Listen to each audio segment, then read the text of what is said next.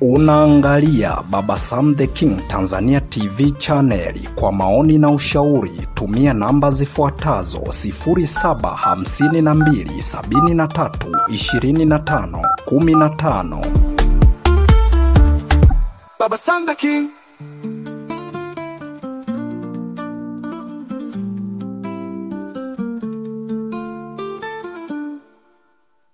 Uhali gani mpenzi msikilizaji wa simulizi za sauti?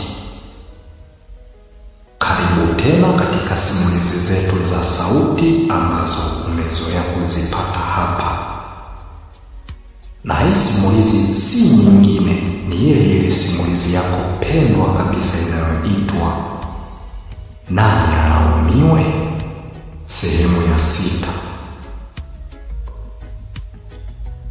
Nani Alaumiwe ni simulizi ambayo inamwangazia binti wa kuitwa Levina Kasai, ambaye anatusimulia maisha yake, ambaye amezaliwa kijiji cha Nyatorotoro, mkoa wa Geita. Kama endapo utakuwa hujasubscribe channel hii, chini ya video hii kuna kitufe ambacho kina rangi nyekundu, pia kina alama ya kengele. Ukigusa hicho, moja kwa moja utakuwa umejiunga na familia ya Baba Sam the King Tanzania TV channel. Na tunachokuomba, subscribe, like, share, comment, ili tuweze kupata mchango wa mawazo yako. Pia uongozi wa Baba Sam the King Tanzania TV channel unamtafuta Miss Simulizi na Mr. Simulizi 2025.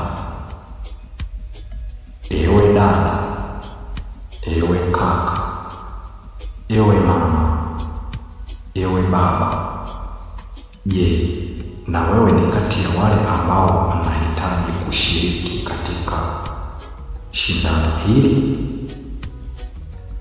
Unapofungua video katika channel hii ya Baba Sam the King Tanzania TV channel, utasikia kuna tangazo au wengine wanasema jingo, ambayo moja kwa moja utaisikiliza kabla ya simulizi haijaanza, na inasema kwa maoni na ushauri tumia namba zifuatazo.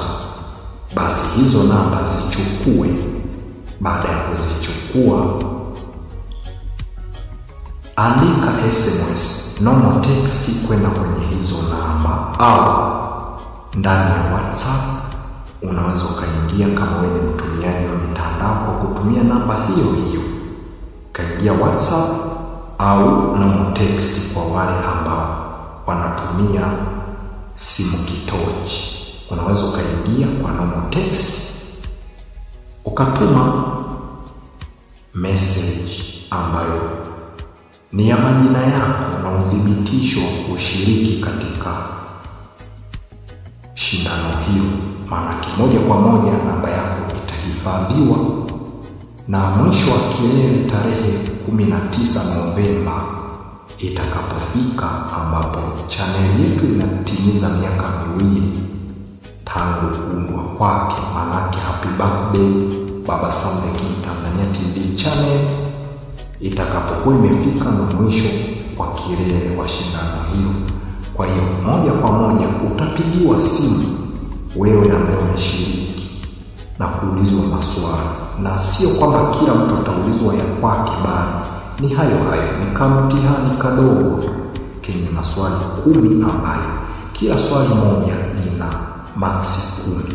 Maana ukipata maswali 5 umepata 50 ya 100, ambapo wewe moja kwa moja utakuwa ni mshindi wa pili. Zawadi yako ipo, na kama endapo utapata yote 10, maana 10 mara 10 sawa sawa na 100. Kwa hiyo utakuwa umepata 100 ya 100. Sasa baada ya kupata 100 ya 100, wewe ni mshindi wa kwanza. Kwa hiyo na wewe mshindi wa kwanza, zawadi yako ipo. Kwa hiyo jamani, watazamaji na wasikilizaji wa simulizi za sauti, tusipoteze fursa hii, tushiriki kikamilifu katika fursa hii. Sisi wana Baba Sam the King Tanzania TV channel tunawapenda sana wasikilizaji wetu wa simulizi pamoja na makala mbalimbali ili kuweza kujifunza, pia tuko pamoja.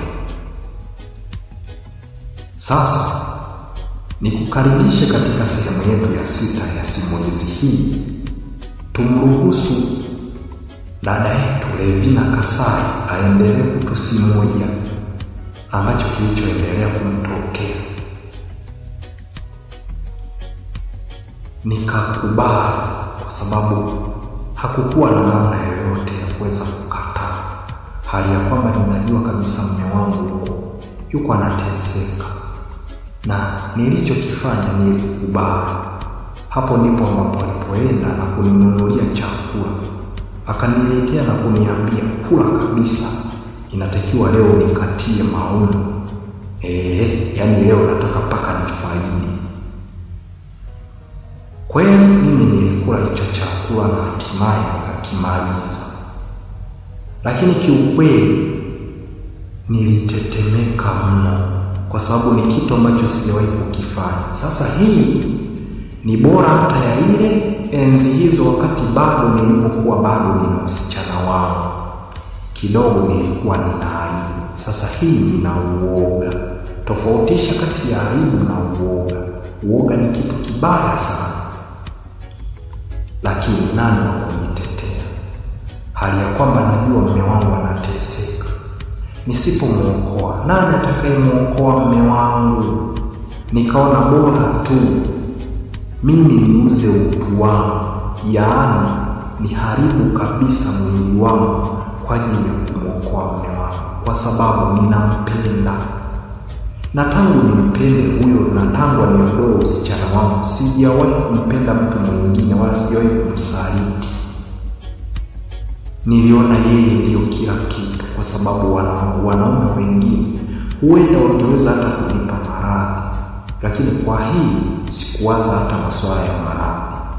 Nilimradi tu mtu aniambie kwamba yuko tayari kumtoa mume wangu, nilikuwa tayari kwa namna yoyote.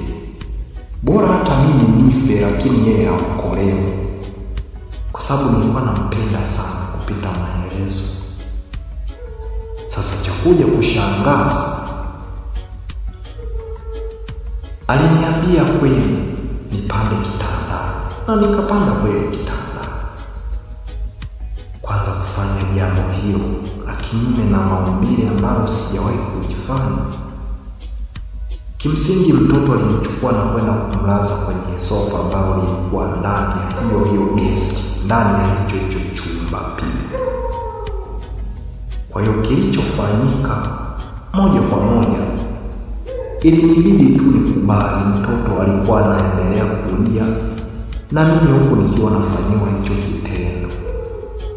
Nilianza kuumia vibaya mno, lakini aliniambia siku zote tumikia kafiri upate mradi wako, na kafiri wako ni huyu. Nilikwambia kabisa binti, mimi sitaki, na nilikukataza kabisa na nikakataa. Siwezi kukusaidia. Wewe ukasema nikusaidie. Sasa na mimi kuna vitu vyangu ninapenda kwa watu kama nyinyi, hasa watu wanene, afu weupe. Naanzaje kukuacha? Yani hapo nilikuwa najaribu kukataa, ila uka moyo kalikuwa kama kumezea taratibu. Ila nikawaza, endapo nitakwambia utakubali kweli? Kwa hiyo leo nimefaidi.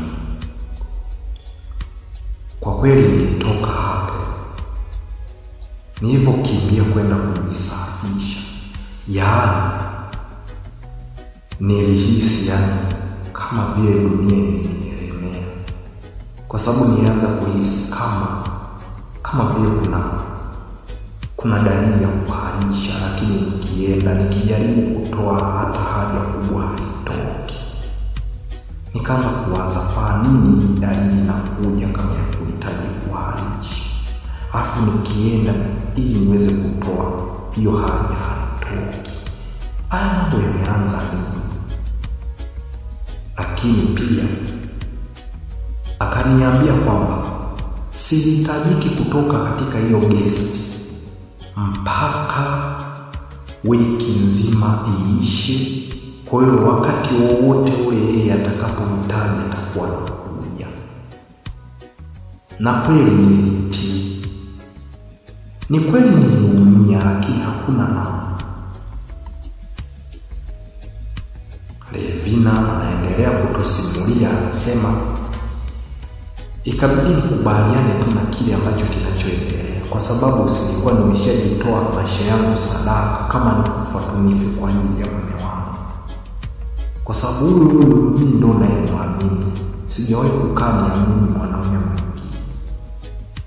Hata huyu ninayafanya haya kwa sababu ninahitaji mume wangu aweze kutoka huko, haje kumuona japo hata mtoto wake amemwacha. Kwa mtoto kuwe bila kumjua baba tena, hii kitu haliwezekani. Bora tu nikubali niweze kupewa hizo pesa, nusu ili aweze kwenda kutolewa. Ni kweli ndani ya wiki nzima alinichekecha huyo baba bila hata kuwa na ngumu. Cha kuja kushangaza, nilianza kuona kuna wakati ambapo nilikuwa nikipatwa na haja kubwa inapita tu. Nikaja kushangaa haja ndogo nikiipata tu, yaani nikisikia tu kidogo tayari huku imeshashuka. Hapo ndipo ambapo nilipoanza kujigundua kama na mimi nimeugua kabisa. Sehemu zangu za haja kubwa kila wakati zilikuwa zinatoa majimaji, wakati mwingi sana. Lakini mwisho wa siku ndo akasema sasa mtihani wa kwanza tumeumaliza, bado mtihani wa pili, kwenda kumtoa atatoka. Fedha ngoja nikakufuatie benki. Na kweli mara ya mwisho alienda kunifuatia benki fedha, na nikaenda moja kwa moja mpaka kwa rafiki yake ambaye yeye anajua gereza gani ambapo alipopelekwa, na nikaenda moja kwa moja mpaka gereza ambalo alikuwa amefungwa baba Kelvin. Nikaenda nikawaambia kabisa na udhibitisho wa fedha ninayo. Kwa hiyo wale watu ambao aliokopapo pesa, yani wale watu waliomkopesha pesa, muwaite. Ndipo ambapo alipoitwa meneja wa wale wakopeshaji, akaja pale, nikasaini na nikalipa hiyo pesa ambayo ilikuwa ni nusu ya mzigo mzima ule aliyoukopa. Hatimaye mara ya kwanza kabisa nikamuona baba Kelvin wangu ametoka nje, amekonda vibaya mno katika hizo siku ambazo amekaa huko. Na pia nikaona kuna sehemu ambazo za mwili yamevimba.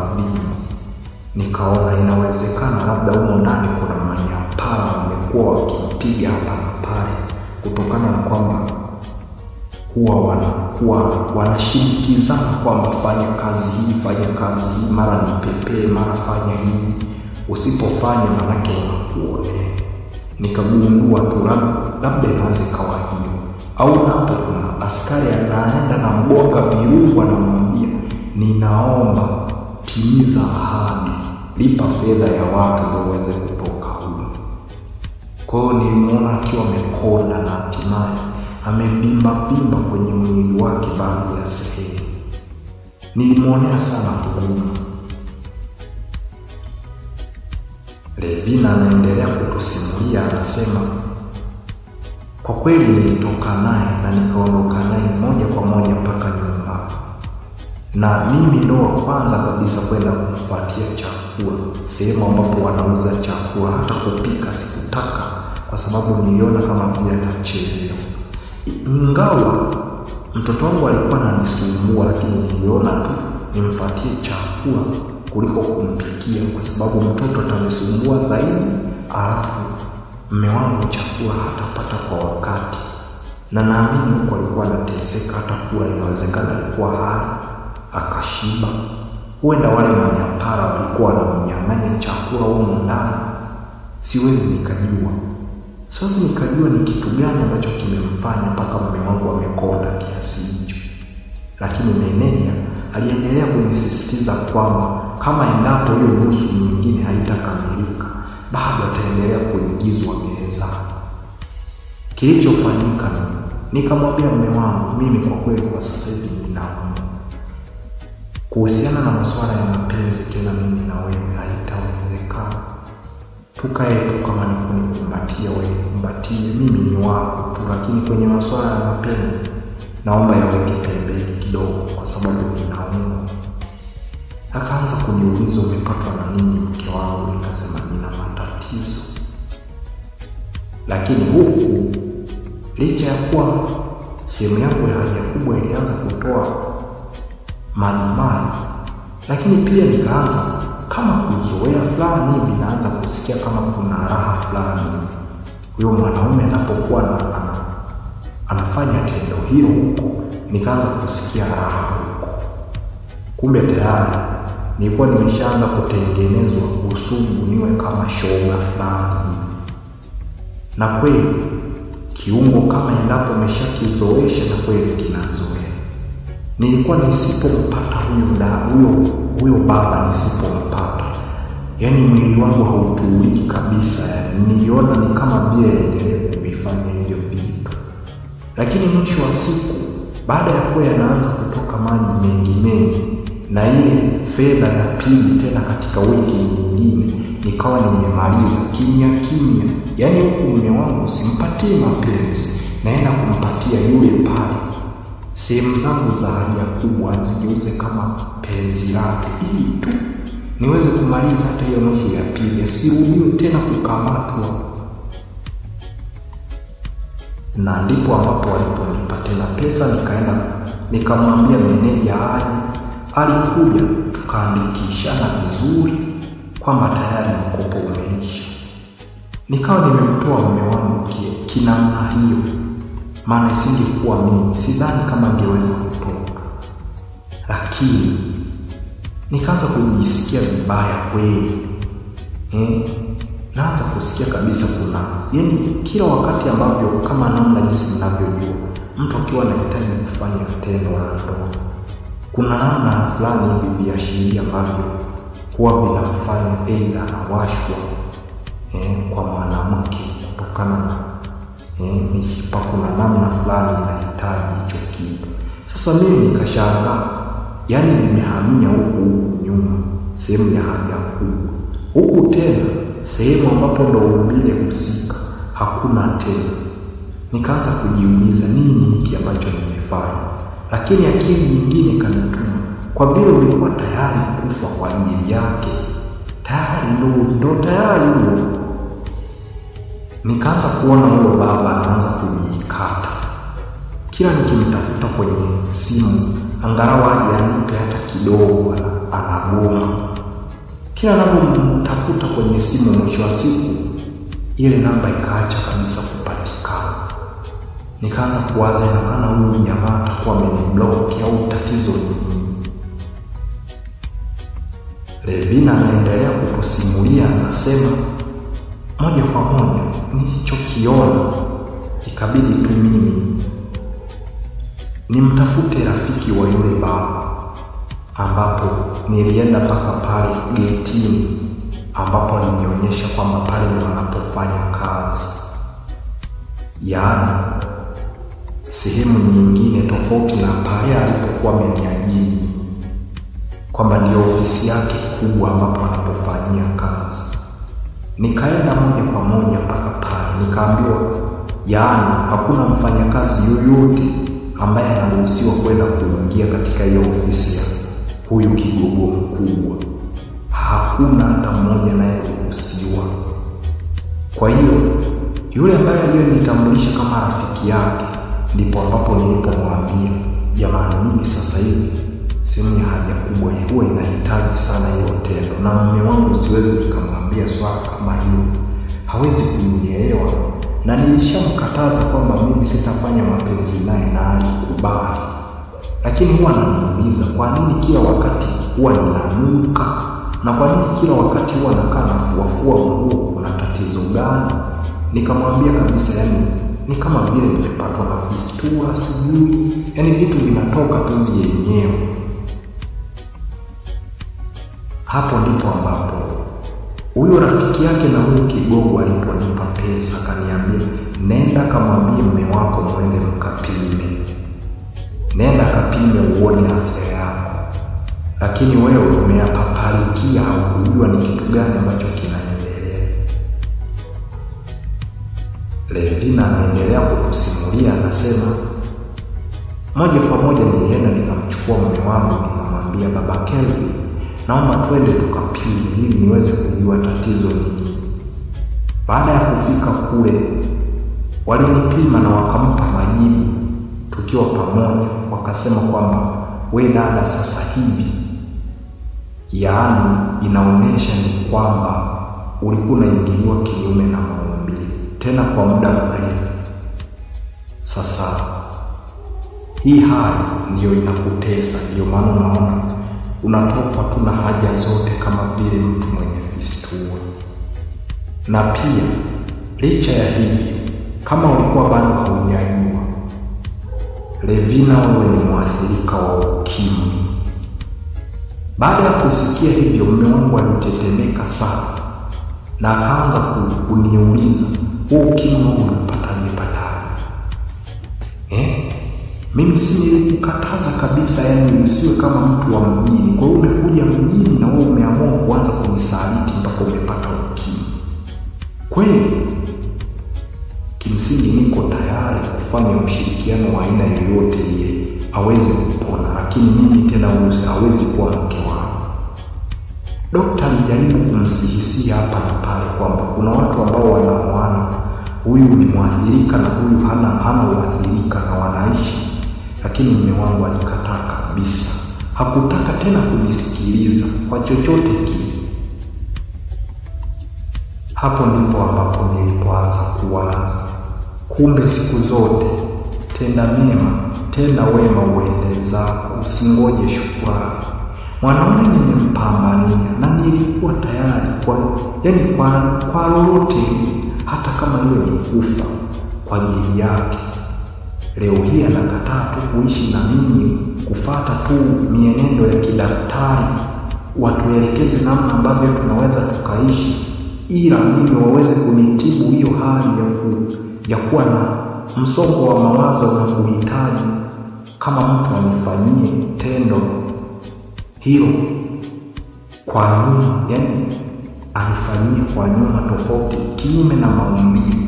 Yani maana yake hapo wanitibu hilo tatizo litoke, niendelee kuishi na mume wangu kama kawaida. Lakini alikataa, na huo ukawa ndio mwisho wangu kabisa wa kuwa na baba Kelvin. Akaenda kunipandishia pembeni, alitafuta pesa na akawapigia ndugu zake, wakamchangia tena, wakauza ng'ombe huko, na hatimaye akafungua duka nyingine. Baada ya kufungua duka nyingine, kutokana na kwamba hiyo pesa sio ya mkopo, tayari mambo yalitiki tena, yakakaa sawa, duka likakua, likawa kama ile la mwanzo. Maskini ya Mungu, baba Kelvin nimemwacha. Hela za matumizi alikuwa akinipa, siwezi nikakataa. Lakini alimuoa mwanamke mwingine aitwaye Semeni, ndio alikuja kuchukua nafasi yangu. Niliumia sana. Mimi akawa amenikataa hivyo, na alikuwa kimwagiza kwamba mpelekee huyo mwathirika wa ukimwi hii pesa, kwa sababu nilizaa naye, hawezi kumlea mtoto wangu vizuri. Kutokana na kwamba huyo dada hakuwa hata na shida ya aina yoyote, Naye alikuwa anakuja na jaribu kunisihi na kujaribu kunipa ushauri wa hapa na pale. Nikawa namsikiliza, ingawa ni mke mwenzangu. Yeye aliona kwamba huyu mwanamke anateseka. Alikuja siku moja nikamsimulia simulizi yangu nzima. Akasema, "Dada, unateseka, mimi ni mwanamke. Kuna leo na kesho. Yawezekana hata mimi yakanikuta. Ulifanya jambo zuri sana, kwani bila wewe huyu mwanaume mimi angenioa. Au bila wewe ungeamua kwenda kwa mwanaume mwingine, yeye angeweza kutoka." Levina anaendelea kutusimulia, anasema, "Huo ndio ukawa ndo mwisho wangu tena. Hapo nikawa naendelea kuishi usingomana, naendelea kufanya biashara vyangu vidogo ambavyo hata havikuweza kunifanya nikidhi mahitaji. Lakini kuna wakati ambapo huyu Semeni alikuwa anajaribu kuiba pesa kwa mume wake na kuniletea. Jamani, baba Kelvin, ukaamua kabisa kuoa mwanamke mwingine, ukaniacha mimi ambaye nimekupambania muda wote huo mpaka ukatoka gerezani. Sawa, siku zote malipo yako kwa Mungu. Na nimewasimulia hiki kisa changu mpaka leo hii mimi ni mwathirika wa ukimwi na sitoweza kupona tena. Na haya yote maradhi yameletwa kwa sababu nilikuwa namuokoa mume wangu. Huko kufanywa kinyume na maumbile kwa tendo la ndoa hilo lisio halali ndo kumenifanya leo hii mimi nimekuwa ni mwathirika. Ule unene ulipungua na ukapotea kabisa, na hatimaye sasa hivi ndio sijiwezi kabisa. Ilifikia kipindi ambacho mtoto, kutokana na kwamba baada ya miaka kadhaa alikuja kuninyang'anya huyo mtoto, kaondoka naye. Mpaka sasa hivi ninaishi mimi mwenyewe kisingo, na wazazi mpaka na ndugu zangu wamenitenga kwa sababu tu nilikubali kufanya ujinga kwa ajili ya kumwokoa mume wangu. Lakini namshukuru sana Semeni, muda wote mimi niko naye na anaendelea kunilelea mtoto wangu vizuri, ingawa hayuko tena mikononi mwangu, na ameshanipiga marufuku kuisha. Sitakiwi kufika hata kwake hata kidogo. Kama ni mtoto atakuwa anamwagiza Semeni ndo anamleta huku kwangu ambapo alikonipangishia ili niweze kumuona. Jamani walimwengu, jifunzeni kupitia simulizi yangu hii. Unapotenda mema usingoje malipo. Tenda mema, nenda zako, malipo yako kwa Mwenyezi Mungu. Haya ndio yaliyonikuta mpaka leo hii naendelea kuteseka, na kila dawa ambayo nimeitumia imenikataa. Naona sipati kabisa matumaini. Sijajua ni kutokana na mawazo nilionayo mengi. Kwa hiyo mambo yamekuwa magumu. Muda wote ule mimi wakufa, muda wote ule mimi naweza nikamwacha Kelvin, lakini kwa vile yuko kwa baba yake na yupo katika mikono salama ya mwanamke ambaye alinionea huruma, na yeye kuna wakati mpaka ananiletea chakula ninapokuwa nimekosa. Maana siku hizi siwezi hata kwenda kufanya biashara zangu kutokana na kwamba nimeshakonda na nguvu sina. Naendelea kutumia ARVs, lakini sioni kama kuna matumaini yoyote ya mimi kupona. Na mpenzi msikilizaji wa simulizi za sauti, sehemu hii ya 6 na ya mwisho ya simulizi hii inayoitwa Nani Alaumiwe imeishia hapa. Tumemuona huyu kijana Rugwisha ametolewa kabisa na huyu binti wa kuitwa Levina Kasari. Amepambana kwa kila namna mpaka ameweza kumtoa, Ameamua kufanya vitu vya kipumbavu, ametengwa na ndugu zake, lakini mwisho wa siku ameambulia gonjwa ambalo pia hata mtoto baada ya kukua wamekuja wamemnyang'anya. Lakini kutokana na kwamba aliyeolewa tena na Rugwisha ni mwanamke mwenye akili na mwenye kutambua kwamba watu wenye uathirika ambao wameathirika na ukimwi inatakiwa watunze vipi, kwa hiyo ameamua kujenga urafiki naye. Je, msikilizaji, umejifunza nini kupitia simulizi hii? Moja kwa moja unaweza ukatuandikia maoni yako hapa kwenye YouTube channel, sehemu hiyo ya maoni, na tukakuta maoni yako namna jinsi ambavyo umejifunza kutokana na simulizi hii. Tenda wema, nenda zako, usingoje shukrani. Mwenyezi Mungu atakulipa. Hii ndio dunia ya sasa yenye masimamo na dhihaka, ambapo unaweza kumsaidia mtu lakini binadamu asikupe shukrani, japokuwa alikuwa kwenye hali mbaya ambayo yeye hawezi kuitatua. Lakini unapomtatulia tatizo hiyo, mwisho wa siku anakuja na kuona wewe ni kitu ambacho hakifai kabisa. Mpenzi msikilizaji, huu ndio mwisho wa simulizi yetu ambayo inaitwa Nani Alaumiwe? Sasa nakuuliza mpenzi msikilizaji, na unatakiwa kuniandikia maoni yako hapa kwenye YouTube channel yetu, au kwenye hiyo namba ambayo utakayoisikia kwenye kitangazo cha mwisho au kile cha mwanzo. Hebu niambie, kati ya Rugwisha pamoja na Levina, wewe unaona ni nani wa kulaumiwa hapa? Ni huyo aliyofanya ujinga kwa ajili ya kuweza kumtoa huyu mwanaume, au ni huyu mwanaume ambaye alifanya ujinga wa kuamua kumkataa mke wake ambaye amemtoa kwenye shida ya kufungwa? Wewe unaona hapa ni nani analaumiwa? Kwa sababu Levina singefanya hivyo, mambo yangekuwa magumu.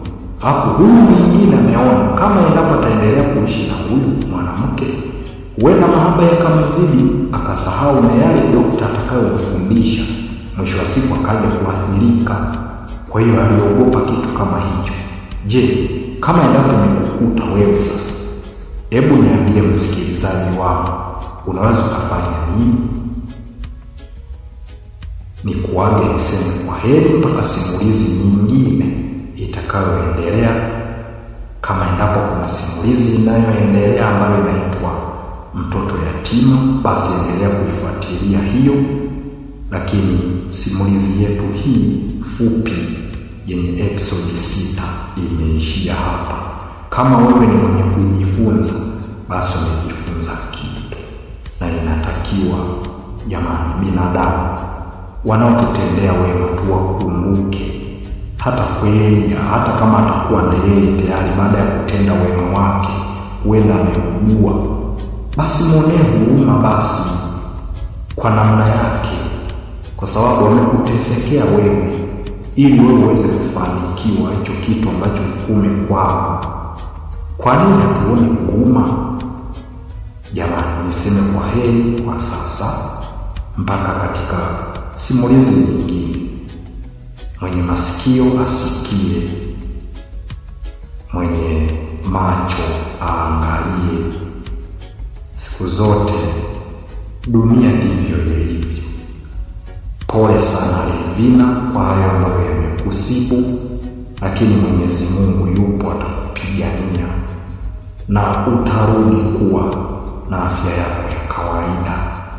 Mungu yupo, atakupigania, atakupa maisha marefu kutokana na huo msaada na thawabu ambazo umezitenda juu ya huyu mwanaume Rugwisha. Asanteni sana wasikilizaji wangu, niwaage niseme kwa heri mpaka kwenye simulizi ijayo.